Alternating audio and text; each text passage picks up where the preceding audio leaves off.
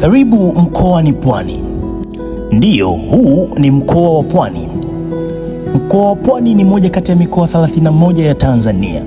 Umepakana upande wa kaskazini na mkoa wa Tanga, upande wa mashariki Dar es Salaam na Bahari ya Hindi, upande wa kusini na mkoa wa Lindi, na upande wa magharibi na mkoa wa Morogoro.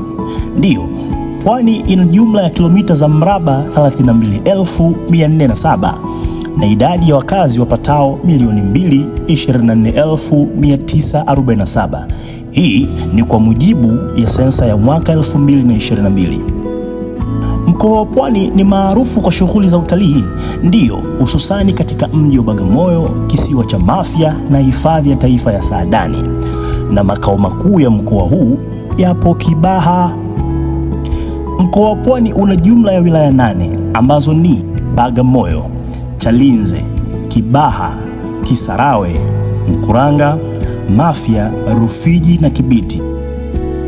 Mkoa wa Pwani unakaliwa zaidi na makabila ya Kibantu yenye asili ya pamoja ya kitamaduni na kilugha, ndiyo hasa Wakwere, Wazaramo na Wakutu.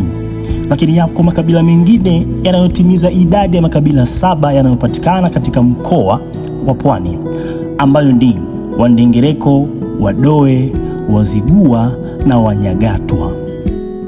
Utaniuliza kwa nini Wakutu pia wapo katika idadi ya makabila 7 ya mkoa wa Pwani, na nitakujibu hivi.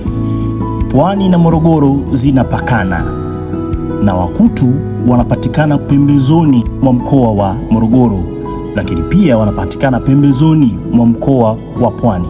Bwana, hii ndiyo Pwani. Karibu sana mkoani Pwani.